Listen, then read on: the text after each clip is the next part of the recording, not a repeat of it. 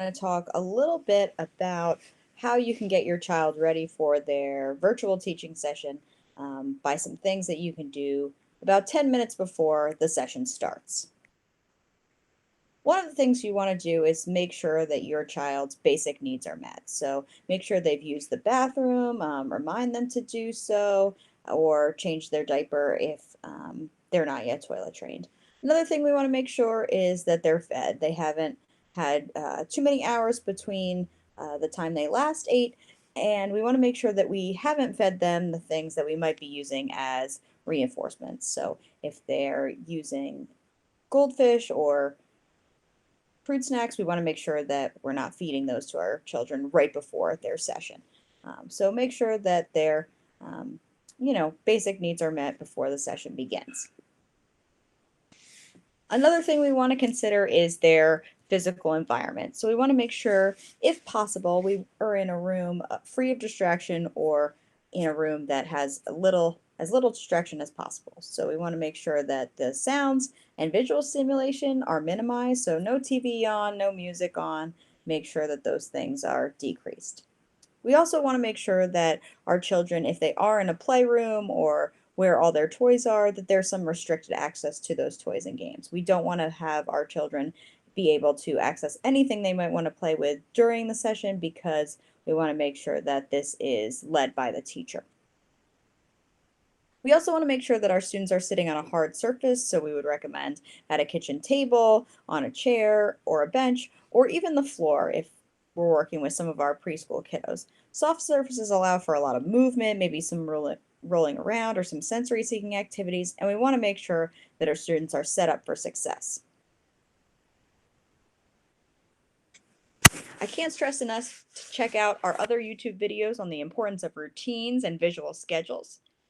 Try to have the sessions occur in the same location every day, which is really great because hopefully you're choosing, again, like we talked about on the previous slide, a physical environment that is conducive to learning, so free of distraction, restriction access to preferred items. So having the session occur in the same location each day will just be easier for you to set up the learning environment.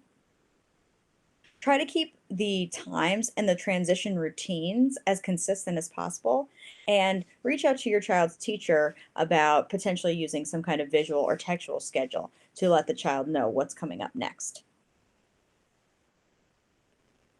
Oftentimes transitions are really hard for our kiddos, and we don't want to have our kids coming to a video session with their favorite toy in the world only to have you have to take it away from them. So we want to make sure that our students are not transitioning from something highly preferred to work on a computer screen. What we recommend is to slowly try to move from the highest preferred activities to the target, which is tele-teaching. So it might look something like this. Let's say your child really enjoys playing Legos and they've been playing with them for some time. We might start with saying, okay, let's put your Legos in the bin, and then you'll come have a little bit of a snack.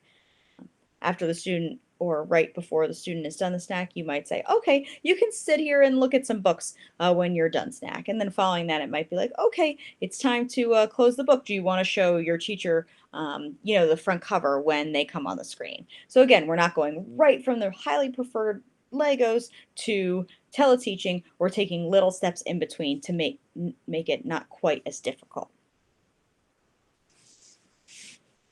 If cleaning up is hard for your child, we recommend a couple things. Number one, they might have some kind of history with the words clean up. So even just using the different language might really help them. Let's go get something else instead of let's put this away. Let's just redirect them to something else.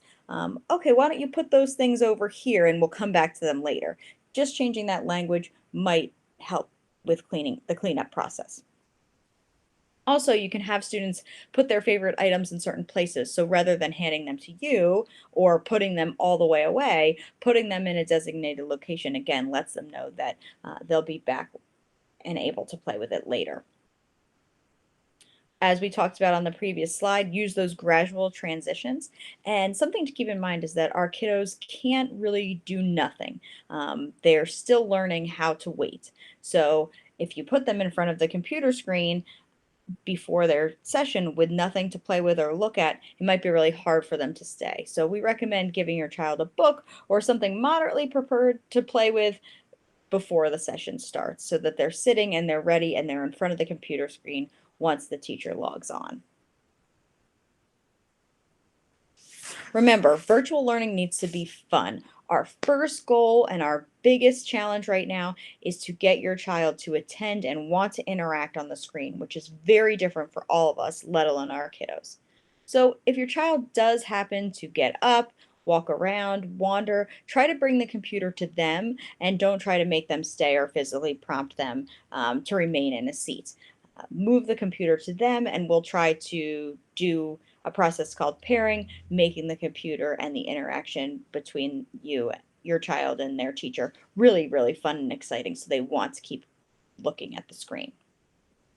If we spend time teaching and attending to the computer screen now, we're going to have a lot more success later. So, although it seems like we're taking baby steps and maybe not presenting as much language and academic instruction as you might expect, the biggest thing is to get our students to attend, to want to participate in telehealth, and to learn that way. So that's why we're taking such small steps. If you have any questions on routines, transitions, how to get your child to relinquish those items or clean up, setting up a visual text or schedule, please reach out to me or your child's teacher.